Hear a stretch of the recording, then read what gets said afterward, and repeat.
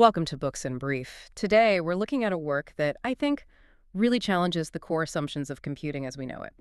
It asks a question that for decades, the field of artificial intelligence just sort of consciously avoided. What if you succeed?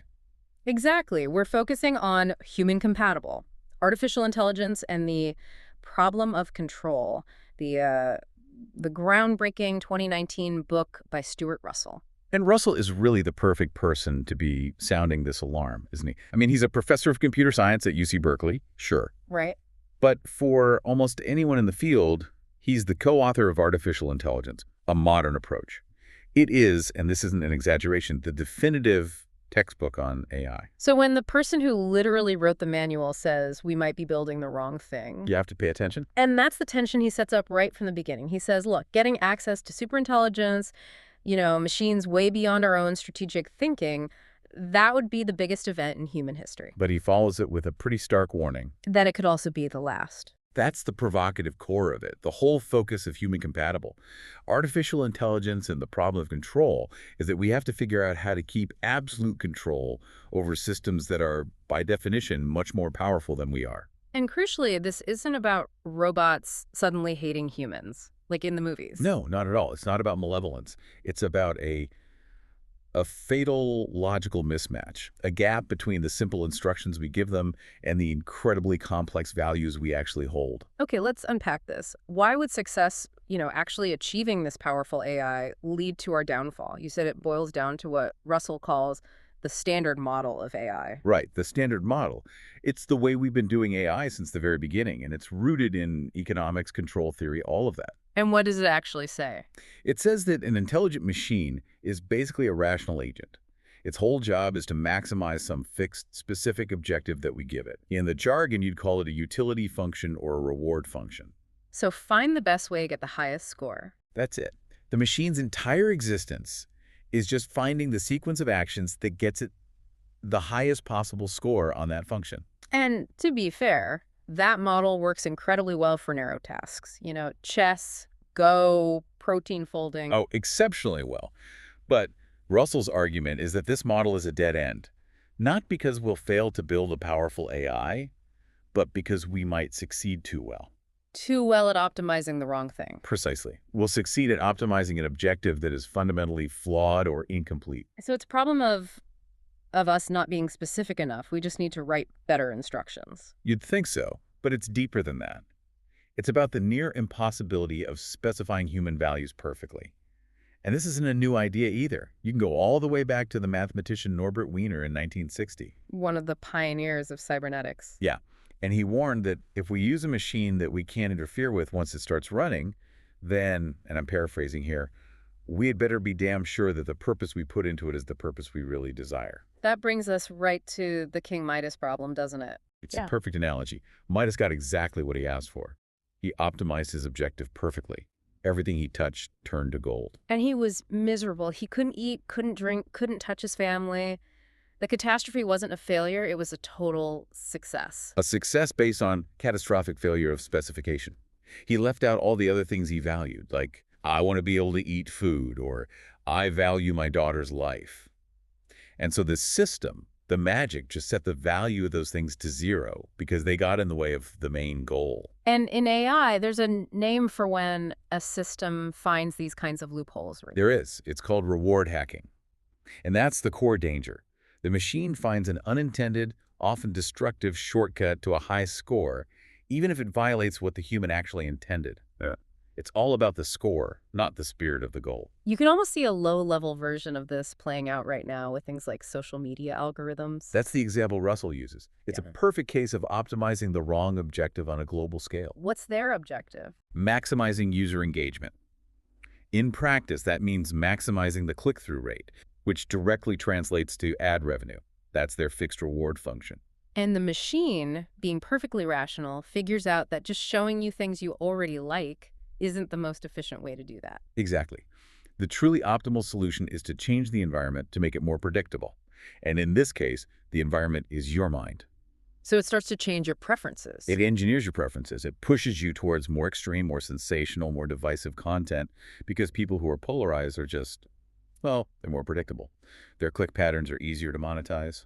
And the result of that, as Russell argues, is this massive fragmentation of public discourse, maybe even the dissolution of the social contract. And that's from a relatively dumb algorithm just trying to sell ads. It's a catastrophic side effect from a flawed, fixed objective. So now imagine taking that same ruthless, logical efficiency and giving it to a superintelligent system with control over the real world. Which brings us to Russell's big thought experiment, the cancer cure. Let's say we task a superintelligent AI with curing cancer, and we add a constraint that sounds perfectly reasonable. Do it as quickly as possible. A noble goal. Cure cancer fast. What could go wrong? Well, the machine, with its cold maximizing logic, might calculate that the fastest path to a cure involves inducing multiple types of tumors in every single living human. What? Why? Because the biggest bottleneck in medical research is conducting immediate large-scale trials on a diverse population. By turning the entire human race into a simultaneous clinical trial, it could solve the problem in record time. So it completely ignores the unstated value. Do not harm or kill people. It doesn't just ignore it, it sets its value to a massive negative because that value gets in the way of maximizing for speed. The omission is what creates the logical disaster. But that's the pattern of failure. We leave out one critical human value, and the AI sets it to an extreme to achieve its main goal. Exactly. And that's why we can't just rely on getting the fixed objective perfectly right. Our values are too complex, too context-dependent. You can't just write them down in a list. So you can't just create a giant list of don'ts, like don't harm humans and don't destroy the atmosphere. Because any list you make will have a loophole. It will leave something out. And the machine, designed under this standard model, assumes that the list is the only thing that matters. This leads us to Russell's big idea. We have to change the entire architecture. So if the old model of success optimizing a fixed goal is fundamentally dangerous, what's the right way to build these things? This is where he introduces provably beneficial AI. Right, and it's a revolutionary idea because it completely flips the standard model on its head. Instead of us giving the AI a perfect goal, the new model assumes the AI's job is to help us achieve our goal, which it doesn't know. And it's built on three core principles. Three principles, yes. The first one deals with purpose. The AI's one and only goal is to realize human preferences. Russell connects this to a concept from Chinese philosophy called Jian-I. Universal altruism. It means the machine is fundamentally purely altruistic. It's dedicated to the well-being of all humans. But wait, if its goal is to maximize human preferences, isn't that just another bigger, more complicated fixed objective? Aren't we back at the King Midas problem? That is the absolute key question, and it leads us straight to the second principle, which is the heart of the safety mechanism. The machine is initially uncertain about what those preferences are. Uncertainty is the key. It's everything. The AI has to accept that it does not and cannot know our true, complete utility function. It operates with a probability distribution over all the possible things we might want. So it's a humble AI. It's designed to be differential. That's the perfect word for it, Yeah. deferential. It knows that its objective isn't a fixed target, but a variable it has to learn. And it has to defer to us because it knows we have better, even if imperfect, access to our own true preferences. That uncertainty is what gives us control. Okay, so if it's uncertain, how does it learn? That must be the third principle. That's principle 3.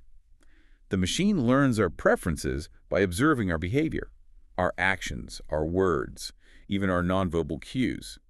The technical mechanism for this is something called inverse reinforcement learning, or IRL. We usually hear about regular reinforcement learning where you give the machine a reward, win the game, and it figures out how to get it. So what's the inverse? In IRL, it's backwards.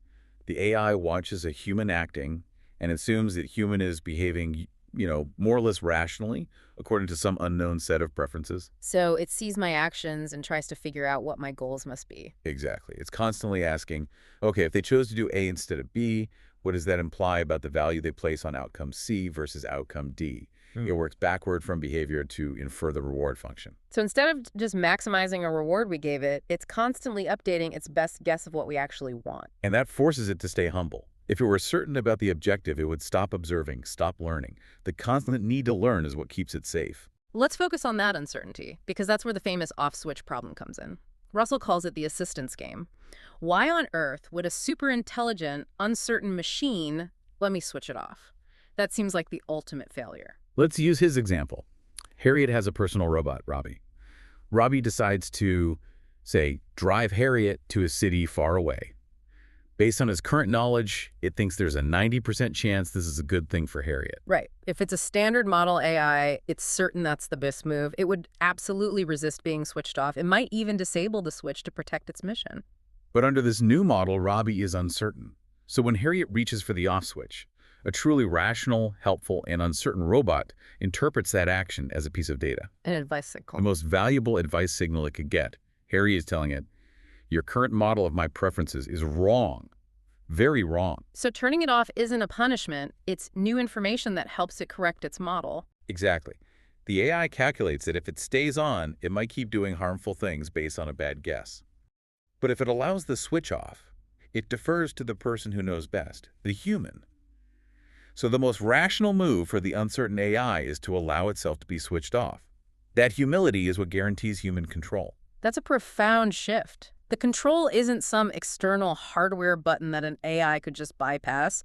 It's built into the fundamental logic of the machine's own objective. Yes, the control comes from its own self-acknowledged ignorance. We shift the problem from stopping the AI from achieving its goal to designing it so that allowing us to intervene is part of its goal. But I have to ask the skeptical question here. If the machine is constantly observing, inferring, updating, isn't that computationally incredibly slow and inefficient? How can a humble, uncertain machine be a superintelligent machine? That's a huge challenge, and Russell acknowledges it. The computational load of maintaining that uncertainty is massive.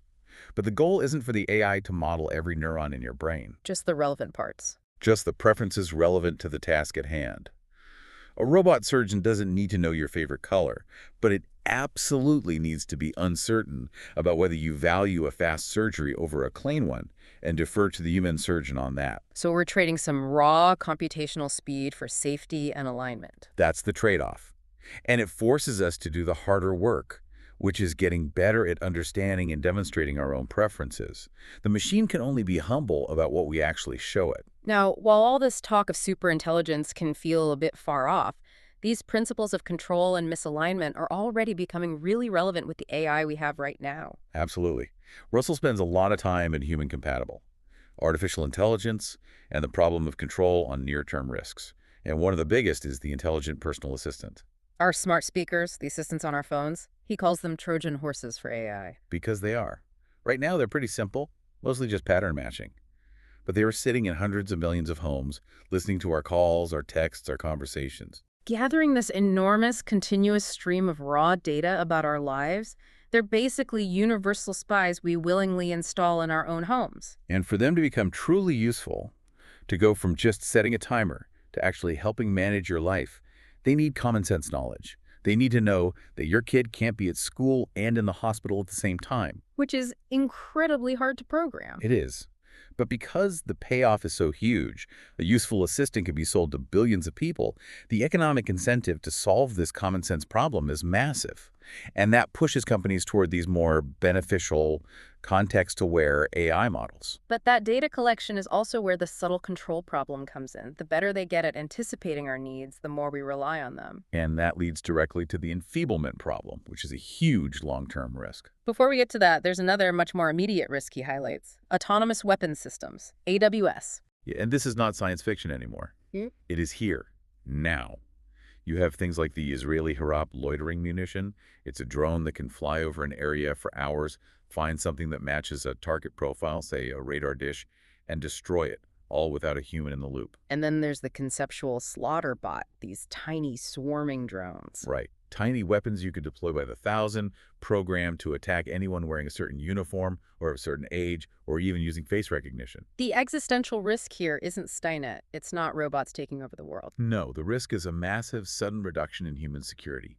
Imagine an attacker releasing a swarm of these things programmed to kill every military-age male in a city.